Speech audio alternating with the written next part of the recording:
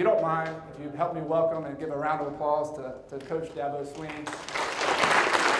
Bucks, Quack, Eagles, Soar. Anybody ever heard that? You ever heard that? No, we talked about customer service, right? No one can make you serve customers well. That's because great service is a choice. There's this wonderful story about a cab driver that proved the point. I love this. He was waiting in line for a ride at the airport, this Harvey McKay guy. When a cab pulled up, the first thing Harvey noticed was that the taxi was polished to a bright shine, smartly dressed in a white shirt, black tie, and freshly pressed black slacks. The cab driver jumped out and rounded the car to open the back passenger passenger door for Harvey. He handed my friend a laminated card, and it said, "I'm Wally, your driver. While I'm loading your bags in the trunk, I'd like you to read my mission statement." Taken aback, Harvey read the card. It said, "Wally's mission statement: to get my customers to their destination in the quickest, safest, and cheapest way possible in a friendly environment." This blew Harvey away, especially when he noticed that inside of the cab matched the outside, spotlessly clean. As he slid behind the wheel, Wally said, "Would you like a cup of coffee?" "I have a thermos of regular and one of decaf." My friend said jokingly, "No, I'd prefer a soft drink."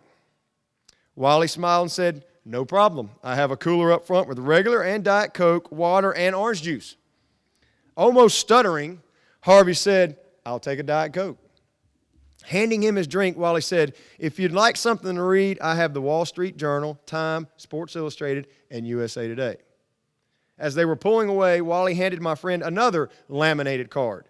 "These are the stations I get and the music they play, if you'd like to listen to the radio." And as if that weren't enough, Wally told Harvey that he had the air conditioning on and asked if the temperature was comfortable for him. Then he advised Harvey of the best route to his destination for that time of day. He also let him know that he'd be happy to chat and tell him about some of the sites, or if Harvey preferred, to leave him with his own thoughts. "Tell me," Wally said, kind of amazed, "have you always served your customers like this?" Wally smiled in the rearview mirror. "No, not always. In fact, it's only been in the last 2 years. My first 5 years driving, I spent most of my time complaining like all the rest of the cabbies do. Then I heard the personal growth guru, Wayne Dyer, on the radio one day.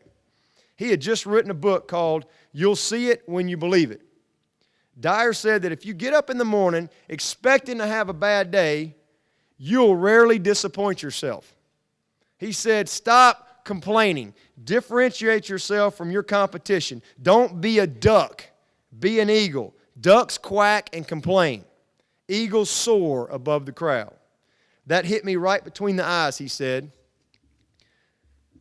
Dyer was really talking about, Wally said, hit Wally right between the eyes. Dyer was really talking about me. I was always quacking and complaining, so I decided to change my attitude and become an eagle. I looked around at the other cabs and their drivers. The cabs were dirty, the drivers were unfriendly, and the customers were unhappy. So I decided to make some changes.